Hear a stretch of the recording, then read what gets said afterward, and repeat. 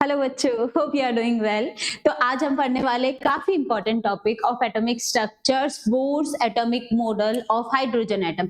मतलब टॉपिक का मतलब ही यही है कि देखो, हमने रदरफोर्ड का एटॉमिक मॉडल पढ़ा था। सबसे पहले किसका पढ़ा था? थॉमसन का। उसके बाद हमने किसका पढ़ा था? रदरफोर्ड का। और दोनों ही अपनी अपनी जगह पर काफी सही थे, राइट। और रदरफोर्ड ने तो हमें इतनी सारी वैलिड इंफॉर्मेशन दी थी किसके एटम से रिलेटेड कि वो अभी तक भी काफी यूजफुल है। उसके बाद हमारे पास में जो सबसे इंपॉर्टेंट मॉडल है, या फिर हम ये कह सकते हैं कि अगर मुझे नंबरिंग वाइज बात करनी पड़े कि हाँ, इस टॉपिक में या इस ओवरऑल सब्जेक्ट में या इस overall we can say chapter में, द वर्ड इज चैप्टर, हाँ, तो उसके अंदर सबसे ज्यादा मार्क्स का गेन करने वाला जो टॉपिक है या रखने वाला है वो है बोर्स एटॉमिक मॉडल। आपको आज से पता चलेगा कि हाँ ठीक है, ये इंपॉर्टेंट है, देख के पता चलेगा कि इंपॉर्टेंट है। अब क्यों है इंपॉर्टेंट, वो उसको चीज को समझते हैं। अब रदरफोर्ड ने कुछ कमियां बताई थी, रदरफोर्ड के मॉडल की हमने कुछ कमियां डिस्कस करी थी। हमने कहा था कि चलो ठीक है, आपने कहा कि इलेक्ट्रॉन न्यूक्लियस के चारों तरफ घूमता है, हमने भी कह दिया हाँ ठीक है, हाँ हमने कहा कि इलेक्ट्रॉन न्यूक्लियस के चारों तरफ घूमता है,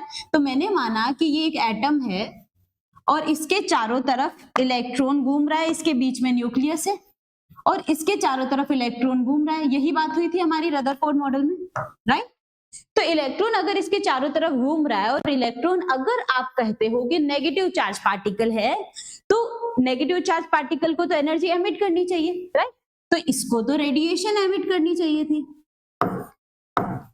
राइट, रेडिएशन एमिट करनी चाहिए थी। और अगर ये रेडिएशन एमिट करा तो वो रेडिएशन हमें दिख क्यों नहीं दिया, पहली चीज। और अगर दिख रही, अगर रेडिएशन एमिट कर रहा है तो कोई भी चार्ज पार्टिकल है, कोई हम हमारी भी बात करते हैं ना, हम चार्ज पार्टिकल से अगर हम किसी सर्कल के चारों तरफ लगातार लगातार घूमते जा रहे हैं तो एक टाइम पे हमारा यूं होने लगता है, गिर जाएंगे भाई। वैसे ही अगर कोई भी चार्ज पार्टिकल किसी सर्कल के चारों तरफ घूमता जा रहा है, घूमता जा रहा है, घूमता जा रहा है, तो एट द एंड क्या होना चाहिए? एट द एंड वो बीच में आके गिर जाना चाहिए। बट आप अगर ये बीच में आके गिरता है, अगर ये ऐसे घूमता घूमता इसके बीच में आके गिर जाए, तो फिर तो एटम का कोई एग्जिस्टेंस ही नहीं होना चाहिए था। बट एटम तो एग्जिस्ट करता है। तो मतलब आपने इतनी सारी चीजें बताई हमें कि न्यूक्लियस सेंटर में है, इलेक्ट्रॉन उसके चारों तरफ घूमता है, न्यूक्लियस में प्रोटॉन और न्यूट्रॉन होते हैं, ठीक है, everything is very nice, everything is very good. But आप हमें इसका आंसर दीजिए कि इलेक्ट्रॉन अगर न्यूक्लियस के चारों तरफ घूम रहा है तो उसकी एनर्जी एमिट क्यों नहीं हो रही, और अगर एनर्जी एमिट हो रही है तो फिर एटम एग्जिस्ट ही नहीं करना चाहिए था, राइट। इन सारे सवालों का जवाब देने हमारे पास आए बोर। उन्होंने कहा कि आओ, रदरफोर्ड से जो गलतियां हुई थी उनके जवाब मैं देता हूं। तो उन्होंने कुछ आंसर्स दिए, कुछ क्वेश्चंस करे, कुछ उनके भी डिफॉल्ट थे, कुछ उनका भी अच्छा था। तो अब हमको बिल्कुल बोर एटम को बिल्कुल बेसिक से पढ़ना है, हर एक चीज समझनी है कि उन्होंने क्या कहा था, कैसे कहा था, ठीक है। तो बोर एटम को, बोर मॉलिक्यूलर एटॉमिक मॉडल को समझने के लिए हमें सबसे पहले क्या करना है? हमें सबसे पहले उसके पोस्टुलेट्स देखने। तो कंटिन्यू करते हैं पोस्टुलेट्स के साथ। फर्स्ट पोस्टुलेट होता है बोर के postulates of atomic model, bourse atomic model of hydrogen atom, ठीक है। तो पहला पोस्टुलेट ये कहता है बोर का कि जो इलेक्ट्रॉन है वो किसी एटम के चारों तरफ घूमते हैं, ठीक है। मतलब ये तो रदरफोर्ड ने कहा था भाई, किसी जो इलेक्ट्रॉन है वो किसी एटम में न्यूक्लियस के चारों तरफ घूमता है। आपके दिमाग में आ रहा होगा कि मैम ये तो रदरफोर्ड ने कहा था, ये इसका पोस्टुलेट कैसे होता है? Let me complete. जो इलेक्ट्रॉन होते हैं वो न्यूक्लियस के चारों तरफ एक सर्कुलर पाथ में घूमते हैं, और वो सर्कुलर पाथ जो होते हैं वो फिक्स्ड होते हैं। फिक्स मतलब यहाँ पे ही ये सर्कुलर पाथ होगा और ये इसी में घूमेगा, ऐसा नहीं है कि किसी भी सर्कुलर पाथ में घूम रहा है, ठीक है। तो एक फिक्स सर्कुलर पाथ में घूमते हैं और उन्हें स्टेशनरी पाथ या एनर्जी स्टेट्स कहते हैं। अंडरस्टूड? एक फिक्स सर्कुलर पाथ होगा तो इलेक्ट्रॉन जो है वो सर्कुलर पाथ में घूमते हैं। Electrons moves in circular path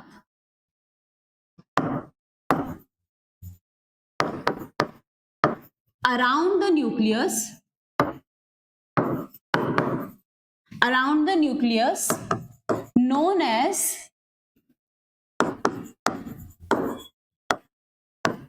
as stationary state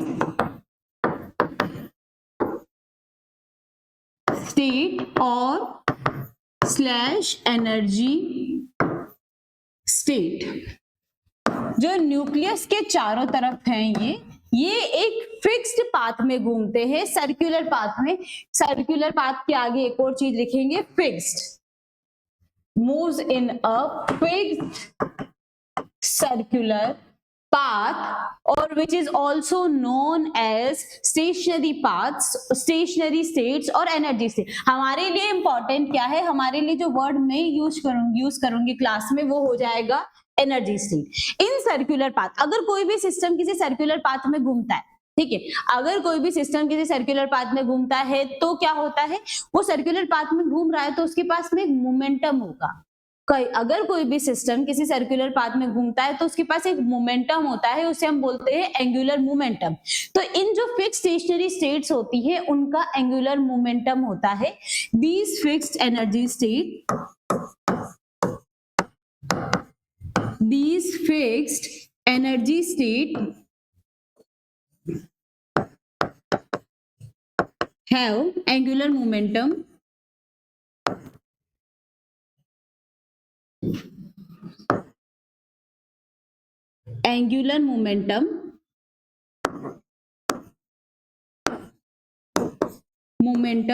जिसकी वैल्यू हमारे पास में काफी सही होती है, बहुत इंपॉर्टेंट है, जिसकी वैल्यू होती है mvr is equals to NH upon 2π।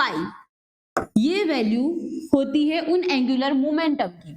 मतलब कहने का मतलब ये है कि ऑब्वियसली बात है, अगर कोई इलेक्ट्रॉन किसी सर्कुलर पाथ में घूम रहा है तो उसका एक मोमेंटम होता है, ठीक है। मोमेंटम मतलब किस पार्ट से घूम रहा है, किस स्पीड से घूम रहा है, किस रेडियस से घूम रहा है, मास कितना है उसका, उसके मोमेंटम की वैल्यू हमारे पास में होनी चाहिए NH अपॉन 2π, ठीक है। थर्ड पोस्टुलेट उनका ये था कि भाई ये जो एंगुलर मोमेंटम है, जो भी इलेक्ट्रॉन जिस भी एनर्जी स्टेट में घूम रहा है, अगर कोई इलेक्ट्रॉन किसी एनर्जी स्टेट में घूम रहा है तो वो उसी एनर्जी स्टेट में घूमेगा। इस चीज पे ध्यान देना, ये चीज काफी इंपॉर्टेंट है। रदरफोर्ड ने ऐसा कुछ कहा नहीं था, उन्होंने कहा था बस सर्कुलर मोशन में घूम रहा है, बट इन्होंने कहा कि ठीक है आप ये कह रहे हैं कि वो घूम रहा है, we got it, we understood it, but वो उसी में इलेक्ट्रॉन उसी सर्कुलर पाथ में घूमेगा जो पाथ इस h अपॉन 2π के इंटीग्रल मल्टीप्लाई होंगे। समझो वापस मैं क्या बोल रही हूँ। बोर मॉडल ने कहा था, बोर मॉडल के पोस्टुलेट ये कहते हैं कि इलेक्ट्रॉन उन्हीं सर्कुलर पाथ में घूमेगा, सिर्फ उन्हीं सर्कुलर पाथ में घूमेगा जिनकी एंगुलर मोमेंटम इस h अपॉन 2π के इंटीग्रल होंगे। ये जो n है, इस n की जगह पर हम कुछ भी रख सकते हैं, n up equals to 1 2 3 4 5 and so on. मतलब इलेक्ट्रॉन उन्हीं, लिखते हैं point, electron moves only in those circular path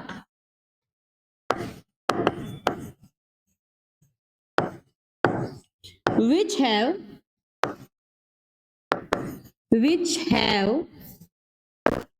angular momentum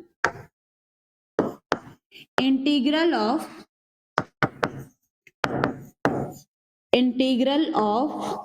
h upon 2π। मतलब वो ये कह रहे हैं कि इलेक्ट्रॉन उन्हीं सर्कुलर पाथ में घूमेंगे जिनका जो एंगुलर मोमेंटम है h अपॉन 2π के 2π का इंटीग्रल है, मतलब उसका गुणा है। जैसे अगर मैं बोलूं कि एक एनर्जी स्टेट का n इक्वल्स टू 1 है तो उसका एंगुलर मोमेंटम कितना होगा, रखो इसमें 1 की जगह पे n की जगह पे 1 रखो तो उसका एंगुलर मोमेंटम हो गया mvr is equals to h upon 2π।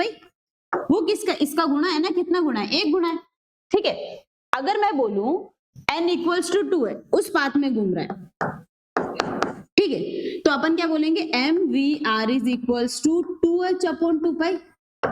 कितना गुना है, 2 गुना है। अब आप बोलो कि नहीं मैम n इक्वल्स टू 1 2 मत लो, n इक्वल्स टू 1.5 लेते हैं, ठीक है।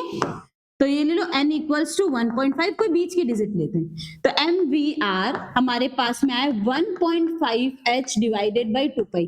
क्या ये इसका इंटीग्रल है? हमको परफेक्ट गुणा चाहिए, या तो 1 हो, 2 हो, 3 हो, 4 हो, 5 हो, 10 हो, 15 हो, मतलब एक प्रॉपर डिजिट से, पॉइंट में या डेसिमल में नहीं आना चाहिए। तो ये होगा, इसमें इलेक्ट्रॉन घूमेगा, इसमें इलेक्ट्रॉन घूमेगा, बट इसमें इलेक्ट्रॉन नहीं घूमेगा। ये वाला प्रॉपर प्रोसेस उन्होंने बोला था कि अगर हम इलेक्ट्रॉन को किसी सर्कुलर पाथ में घुमा रहे हैं तो वो सर्कुलर पाथ जो है उसका एंगुलर मोमेंटम इंटीग्रल होना चाहिए h/2 पाई के। ठीक है, इंटीग्रल मतलब n इक्वल्स टू 1 से इंटीग्रल होना चाहिए, n इक्वल्स टू 2 से होना चाहिए, बट अगर n इक्वल्स टू 1.5, 2.1, 3.2 लेते हो आप तो वो उसको फॉलो नहीं करेगा। ठीक है, ये हमारे पास में था ओवरऑल हमारे पास में बोर एटॉमिक मॉडल। एक बार इसको वापस देख लेते हैं। बोर के पोस्टुलेट हमने 3 कवर करे हैं यहाँ पे अभी। उन्होंने कहा था कि ये जो इलेक्ट्रॉन है वो सर्कुलर पाथ में मूव करते हैं और एक फिक्स सर्कुलर पाथ में मूव करते हैं, जिसे उन्होंने स्टेशनरी स्टेट या एनर्जी स्टेट का। सेकेंड, उन्होंने कहा कि ये जो एनर्जी स्टेट है इनके अंदर, ये जो एनर्जी स्टेट है इनके अंदर जो एंगुलर मोमेंटम होता है इसकी वैल्यू होती है MVR इक्वल्स टू NH/2 पाई।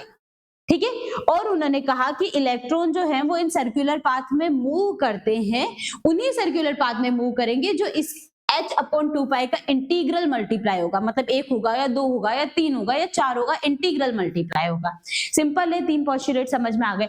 और उन्होंने क्या कहा, उन्होंने बहुत सारी चीजें कही थी ऐसे। तो उन्होंने कहा कि अगर इलेक्ट्रॉन इन सर्कुलर पाथ में, आगे वाली स्लाइड पे चलते हैं, उन्होंने कहा कि अगर इलेक्ट्रॉन इन सर्कुलर पाथ में मूव कर रहे हैं, इन सर्कुलर पाथ में मूव कर रहे हैं, तो ना वो कोई एनर्जी रेडिएट करेंगे। याद करो रदरफोर्ड का, रदरफोर्ड ने कहा था कि अगर इलेक्ट्रॉन सर्कुलर पाथ में मूव कर रहे हैं तो उनकी एनर्जी रेडिएट होनी चाहिए, और एनर्जी रेडिएट होनी चाहिए तो वो न्यूक्लियस में आके गिर जाने चाहिए।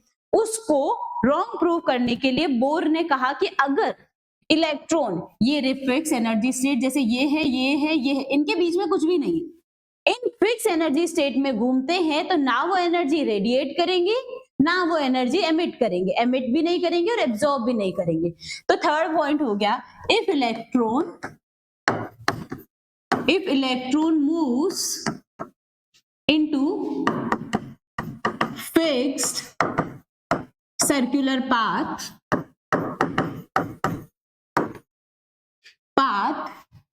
then they don't emit any radiation.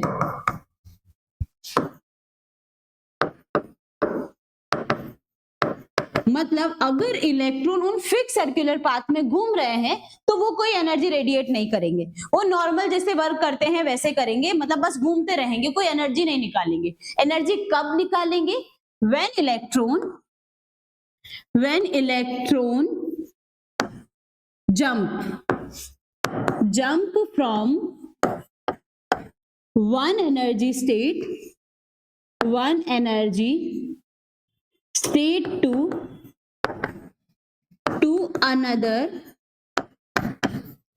another energy state।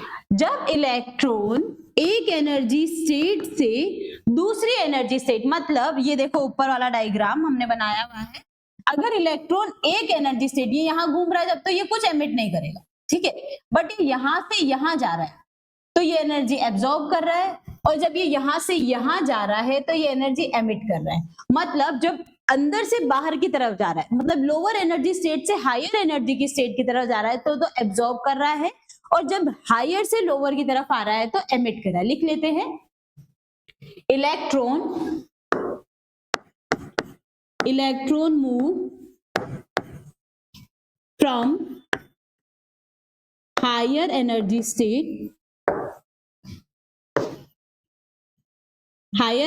State to lower, higher से लोअर जा रहा है भाई, अच्छा खासा बड़ा आदमी लोअर पे जा रहा है, क्या करेगा? एनर्जी एमिट करेगा तभी तो जा पाएगा, अपनी एनर्जी एमिट करेगा, अपना एनर्जी ईगो एमिट करेगा तभी तो जा पाएगा, राइट?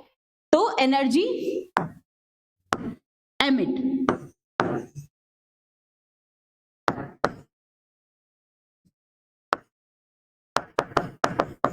Energy emission. वहीं पर अगर कोई बड़ा आदमी, कोई छोटा आदमी, ठीक है, उसको बड़े किसी के घर में जाना है, एकदम मतलब आलीशान घर में जाना है, तो कैसे जाएगा वो? उसको वो कॉन्फिडेंस लाना होगा, उसको वो एकदम बिल्कुल पावरफुल फीलिंग आनी चाहिए उसको कि हाँ मैं भी कुछ हूं। तो उसको क्या करना है? एनर्जी गेन करनी पड़ेगी, कॉन्फिडेंस लाना पड़ेगा, राइट? और कॉन्फिडेंस लाना मतलब एनर्जी गेन। तो अगर इलेक्ट्रॉन हमारे पास में मूव करता है कहां से? लोअर से हायर की तरफ, lower energy state to higher energy state,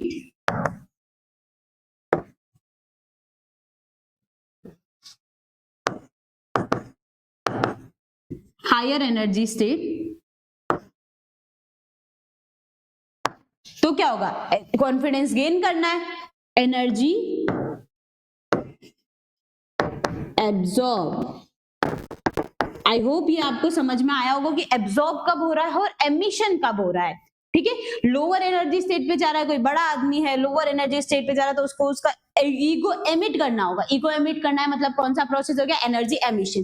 वहीं पे कोई पर्सन है जो छोटे लेवल पे उसको बड़े लेवल पे जाना है, बड़े लेवल पे जाना है, तो उसको कॉन्फिडेंस गेन करना पड़ेगा। कॉन्फिडेंस गेन करना, एनर्जी गेन करना, एनर्जी गेन करना एब्जॉर्प्शन, ठीक है? तो उसको एब्जॉर्ब करनी पड़ेगी और यहाँ पे उसको एमिट करनी पड़ेगी। आई होप ये क्लियर हुआ है आपको कि क्या कहना चाह रही हूं मैं, ठीक है? नेक्स्ट देखते हैं कि भाई कितनी करनी पड़ेगी। एनर्जी एमिट का बोला, बट अब तुम बोलोगे कि कॉन्फिडेंस गेन करना है, कॉन्फिडेंस करो, जा हम हमारे मौसी के कर रहे हैं, कॉन्फिडेंस अंबानी का रख रहे हैं। नहीं, ऐसा नहीं, कॉन्फिडेंस उतना ही रखना है जितनी जरूरत। ऐसा हुआ कि भाई जा अपन रहे हैं मौसी के घर, थोड़े से बड़े हो गए मौसी के घर के, और अपन वहां जा रहे हैं और कॉन्फिडेंस हम रख रहे हैं अंबानी का कि नहीं हम अंबानी के जहां जाएंगे इतना कॉन्फिडेंस नहीं। ऐसी गलती नहीं करनी। तो कितनी एनर्जी एब्जॉर्ब करनी है, कितनी एनर्जी एमिट करनी है, किस पे डिपेंड करेगा? अरे जितनी चाहिए उतनी करेंगे। कितनी चाहिए? कहां तक जाना है? मुझे जाना है, मैं पहले था एनर्जी स्टेट 1 पे, ठीक है, मुझे जाना है एनर्जी स्टेट 2 पे, तो इन दोनों के बीच का अंतर ही तो एनर्जी एब्जॉर्ब या एमिट होगा। मतलब अगर एक सब्सटेंस इस एनर्जी पे है, इस एनर्जी E1 पे है और उसको जाना कहां? E2 पे जाना है, तो उसको कितनी एक्स्ट्रा गेन करनी पड़ेगी? इतनी, यहां ही तो जाना है उसको। और कोई E2 पे है जिसको E1 पे आना है, तो उसको कितनी छोड़नी पड़ेगी? इतनी छोड़नी पड़ेगी। तो दोनों का अंतर निकाल लेंगे, दोनों का अंतर निकाल लेंगे। गेन करने की बात करेंगे तो पॉजिटिव में आंसर आएगा, और लॉस करने की बात करेंगे तो नेगेटिव में आंसर आएगा। सिंपल सा कॉन्सेप्ट, सिंपल अप्रोच, ठीक है? तो ये कुछ पोस्टुलेट्स थे जो बोर ने दिए, ठीक है? बोर ने क्या कहा कि अगर इलेक्ट्रॉन एक सर्कुलर मोशन में घूम रहा है, सर्कुलर मोशन में घूम रहा है, तो ना वो एनर्जी एमिट करेगा ना वो एनर्जी एब्जॉर्ब करेगा। वो एनर्जी एब्जॉर्ब और एमिट तब करेगा जब उसके पास में उसको एक एनर्जी स्टेट से दूसरी एनर्जी स्टेट में जाना। वो खुद के अंदर कुछ नहीं, वो खुद के अंदर बढ़िया घूमता रहेगा। अब क्यों घूमेगा? रीजन क्या, कारण है इनके पीछे, इन सबको धीरे धीरे हम अब आज से समझेंगे कि ऐसा क्या है, ऐसा क्यों है। आई होप यहां तक आपको इसका कंटेंट समझ में आया होगा कि ऐसा क्यों हो रहा है, ठीक है? वापस क्लियर है ये कि क्यों, कैसे मूव कर रहा है? अपनी एनर्जी स्टेट में एमिशन नहीं करेगा, दूसरी एनर्जी स्टेट में एमिशन करेगा, तो एब्जॉर्ब होगा या एमिट होगा।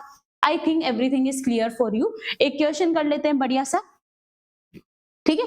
क्वेश्चन करने के बाद हम थोड़ा सा और आगे बढ़ेंगे बोर मॉडल में, बट उससे पहले हम थोड़ा सा क्वेश्चन कर लेते हैं। The difference in angular momentum associate with the electron in two successive orbital of hydrogen atom. The difference in angular momentum. Angular momentum का मुझे नहीं पता, मुझे एक फॉर्मूला पता है, mvr is equals to nh upon 2 pi. मुझे बस इतना सा फॉर्मूला आता है, अभी अभी जस्ट पढ़ा है हमने, तो मुझे तो इतना सा ही आता है, ठीक है? सक्सेसिव मतलब एक और उससे जस्ट एक आगे वाला, मतलब एंगुलर मोमेंटम एक तो है, उससे जस्ट आगे वाला, तो एक n है तो दूसरा कितना हुआ? n+1। तो मतलब पहला मेरा ये है, तो दूसरा क्या बोल दूं मैं? सक्सेसिव की बात करें ना, n+1 h अपॉन 2 पाई, ये मेरे पास आ गया दूसरा। अब आपसे क्या पूछा है? The difference in angular momentum, difference निकालो। तो इक्वेशन 2 माइनस इक्वेशन 1 कर देना, simple, right? Equation 2 minus equation 1 करो, एंगुलर मोमेंटम का डिफरेंस निकालना है हमें। Equation 2 minus 1 n+1 h upon 2 pi minus NH/2 पाई। गणित करनी है अब तो, गणित तो आनी चाहिए भाई। हाँ, अब है NH/2 pi plus H/2 pi minus NH/2 पाई। दिखती सी बात है, ये तो कट जाएंगे और आंसर हमारा आ जाएगा H/2 पाई का। तो जब भी दो सक्सेसिव एनर्जी के बीच में हम डिफरेंस निकालते हैं तो वो हमेशा H/2 पाई में ही आता है। बहुत सिंपल सा क्वेश्चन था, बहुत इजी सा था, एक बार देख लो। कहीं पे भी नहीं समझ में आता है तो प्लीज बताइएगा। मैंने क्या किया, मैंने एक का एंगुलर मोमेंटम ये माना जो कि था मेरा फॉर्मूला था, सक्सेसिव मतलब उससे बस एक ज्यादा क्या n में ही तो जोड़ेंगे, n+1 एक ज्यादा, तो H/2 पाई इन दोनों का अंतर निकाल लोगे तो अपने पास में ये आंसर आ जाएगा। ये है फाइनल आंसर अपने पास में। ठीक है, आई होप ये वाला थोड़ा सा आपको अच्छे से क्लियर हुआ है कि क्या हो रहा है। ठीक है, नेक्स्ट चले। अब हम आज से थोड़ा सा दिमाग की एक्सरसाइज करना चालू करेंगे। ठीक है, थोड़ा सा, अरे ये कैसे हुआ, अरे ये तो ये हो गया, ये वाले क्वेश्चंस आपके दिमाग में आज से चालू होने चाहिए। ठीक है, चालू करते हैं। बहुत important, where the most asked question of atomic structure कि भाई रेडियस क्या है। आपने एटम तो बना दिया, उसकी रेडियस बताओ उनको कितनी होती है। रेडियस कैसे बताएं, जिस चीज को हम देख नहीं सकते उसको नापेंगे कैसे, नापेंगे। आज से हम वो भी नापेंगे। Derivations of radius of Bohr model, इसको निकालने के लिए हमें सबसे पहले ये समझना है कि बोर एटम क्या है। उन्होंने कहा कि न्यूक्लियस होता है, हाँ भाई न्यूक्लियस होता है। उन्होंने ये कहा कि इलेक्ट्रॉन इसके चारों तरफ घूमता है, हाँ भाई घूमता है। उन्होंने कहा ये एनर्जी एमिट नहीं करता, ठीक है, एनर्जी एमिट नहीं करता, तो घूम कैसे रहा है, घूम रहा है। अब अगर इसको इससे रिलेट किया जाए तो मैं आपको एक बहुत अच्छा एग्जांपल देती हूँ कि मैंने एक धागा बांध रखा है, हाँ धागा ले रखा है, धागा लकड़ी से बांध रखा है, तो ये लकड़ी है, इस पे धागा बांधा है और उस धागे के एक कोने पर मैंने पत्थर लगा रखा है और मैं घुमा रही हूँ, मतलब मैंने यहाँ पे कुछ फोर्स लगा रखा है, तभी तो ये घूम रहा है। मैं जैसे ही फोर्स छोड़ दूंगी धागा गिर जाएगा। मतलब यहाँ पर इस पत्थर के बीच में और इसके बीच में एक फोर्स लग रहा है जो मैंने लगाया हुआ है। अब एटम के अंदर भी कोई फोर्स लग रहा होगा, ये है न्यूट्रॉन्स, न्यूक्लियस। न्यूक्लियस पे हमारे पास में होता है प्रोटॉन प्लस न्यूट्रॉन, ये पॉजिटिव में है और ये नेगेटिव में है। और हमें पता है पॉजिटिव और नेगेटिव के बीच में अट्रैक्शन होता है। कौन सा अट्रैक्शन होता है, electrostatic attraction, Coulomb's law, electrostatic attraction. तो पॉजिटिव फर्स्ट यहाँ पर रीजन है घूमने का, रीजन ऑफ इलेक्ट्रॉन लिखते हैं बढ़िया एकदम, reason of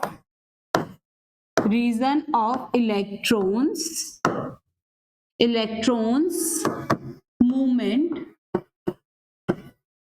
in circular motion. Handwriting पे मत जाना, बस एकदम मतलब समझो, नहीं आ रहा है तो। First electrostatic force of attraction, attraction force जो लग रहा है पॉजिटिव नेगेटिव के बीच में, उसको नाम दे दिया मैंने electrostatic force of attraction.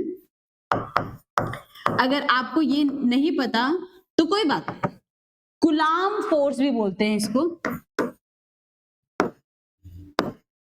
Coulomb force. F होता है, कितना होता है ये होता है K Q1 Q2 क्या भाई, कोई पॉजिटिव है कोई नेगेटिव है तो उन दोनों के बीच का मल्टीपल डिवाइडेड बाय उन दोनों के बीच की दूरी। कितना चार्ज है उतना फोर्स लगेगा और कितने एक दूसरे से दूरी है उतना कम फोर्स लगेगा। तो उसका फॉर्मूला हो जाता है, इक्वेशन 1 दे देती हूं मैं इसको, और क्या बस यही है क्या। तो मैम ऐसे तो फोर्स की तो वो यहीं पे रहना चाहिए था या यूं नीचे गिर जाना चाहिए था, वो तो घूम रहा है ना चारों तरफ, घूम क्यों रहा है। एक और फोर्स लगता है, कौन सा फोर्स, एक फोर्स लगता है कोई चार्ज पार्टिकल जब घूमता है तो उसके ऊपर सेंट्रीपिटल फोर्स लगता है, सेंट्रीफ्यूगल फोर्स। क्या होता है ये सेंट्रीफ्यूगल फोर्स, अगर कोई सब्सटेंस है तो वो एक अंदर की तरफ फोर्स लगा रहा होगा और एक बाहर की तरफ फोर्स लगा रहा होगा, तो उसका रिजल्टेंट आता है बीच में, रिजल्टेंट उसका आता है बिल्कुल बीच में आता है सेंट्रीपिटल, जिसकी वजह से वो घूमता है। ठीक है, जैसे ही आप इस फोर्स को छोड़ोगे वो उस दिशा में जाएगा जिधर सेंट्रीपिटल फोर्स है। मतलब समझो इसको, अगर मैं इसको घुमा रही हूँ तो एक मेरा फोर्स है और एक वो सेंट्रीपिटल फोर्स है, उसकी वजह से ये घूम रहा है। जैसे मैं अपना फोर्स उठाऊंगी ये पत्थर उस दिशा में फेंकेगा जिस दिशा में सेंट्रीपिटल फोर्स है। मतलब दोनों जब बराबर होंगे तभी वो नहीं फेंक रहा होगा, वरना तो अगर एक भी ज्यादा होता तो फेंक जाना चाहिए था या अंदर की तरफ आ जाना चाहिए था। जब वो घूम रहा है मतलब दोनों बराबर है, और दोनों बराबर है तो रख देते ना बराबर। तो सेकेंड रीजन है अपने पास में सेंट्रीपिटल फोर्स, सेंट्रीपिटल फोर्स, और सेंट्रीफ्यूगल भी बोल सकते हो आप, सेंट्रीफ्यूगल फोर्स क्या होता है? ये किसी के घूमने पर, किसी चार्ज पार्टिकल के घूमने पे लगता है, किसी भी पत्थर के घूमने पर भी लग सकता है, कोई दिक्कत नहीं। फोर्स ऑफ एसेलरेशन, एसेलरेट करते तब लगता है ये, क्या होता है ये? M V square divided by R, इसके बराबर होता है ये, M V square divided by R. ठीक है, अब ये घूम क्यों रहा है? जब ये दोनों बराबर है, सही है ना, तो दोनों को बराबर रख दूं। Equation 1 is equals to equation 1 is equals to equation 2। इनको स्टेबल रखने के लिए या इनको बराबर रखने के लिए, ये दोनों बराबर होंगे तभी ना। एक भी ज्यादा कम हुआ तो फिर तो पत्थर या तो बाहर फेंक जाए या अंदर की तरफ आ जाए। बराबर में घूम रहा है मतलब क्या? दोनों बराबर है, रखो बराबर, रखते हैं। F equals to F1 is equals to F2, या फिर डायरेक्ट रख दो K Q1 Q2 divided by R square is equals to M V square divided by R. मुझे क्या चाहिए? अरे derivation of radius of 4 atom, तो आर चाहिए होगा ना। इस आर से इस आर को काट दूं तो मेरे पास आया है, थोड़ा सा बीच में ले जाते हैं इसको एकदम बिल्कुल बढ़िया, इक्वेशन 1 से इक्वेशन 2 मेरे पास क्या आया है? क्या हो गया ये जम गया? हाँ, मेरे पास आया है कि थोड़ी और जगह बन जाए बस।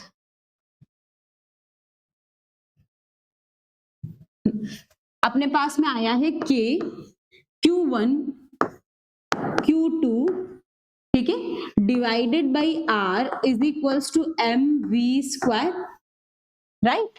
अब ये Q1 क्या है? एक तो प्रोटॉन है मैम और एक इलेक्ट्रॉन है, तो प्रोटॉन क्या हो गया? लिखते हैं यहाँ पे, इस तरफ लिखते हैं।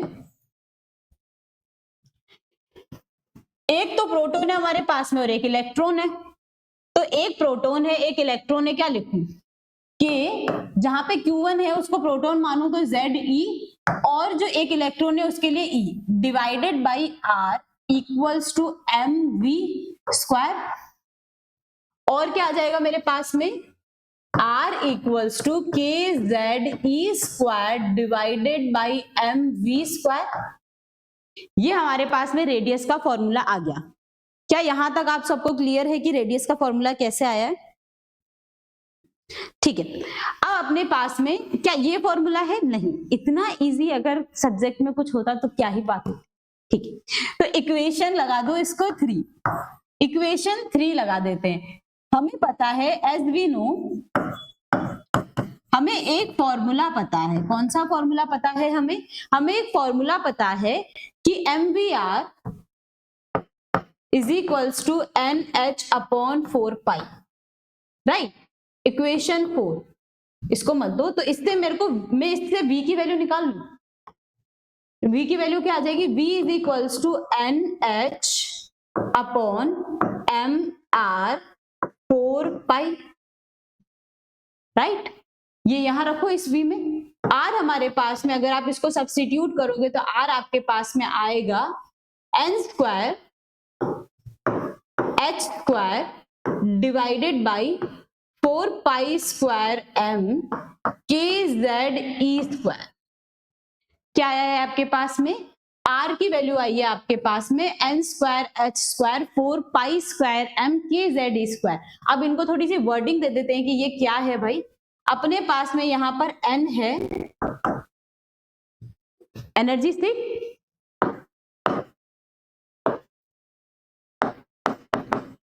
आई होप दिख रहा हो यहां तक, एनर्जी स्टेट। H हमारे पास में क्या है? अभी प्लांक पढ़ा था 2-3 दिन पहले, प्लांक कांस्टेंट। चलो आगे वाले पेपर पे लिखते हैं। अपने पास में r का फॉर्मूला आया है n square h square 4 pi square m k z e square. यहां पर अपने पास में n है एनर्जी स्टेट जो आपको दिया जाएगा क्वेश्चन में, h अपने पास में है प्लांक कांस्टेंट, प्लांक कांस्टेंट क्या होता है बेटा 6.626 into 10 to power -34 joule second.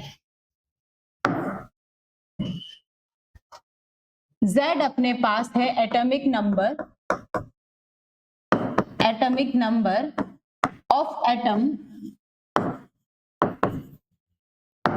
E अपने पास में है इलेक्ट्रॉन चार्ज, कितना होता है 1.6 इंटू 10 टू पावर -19 कूलम, ठीक है।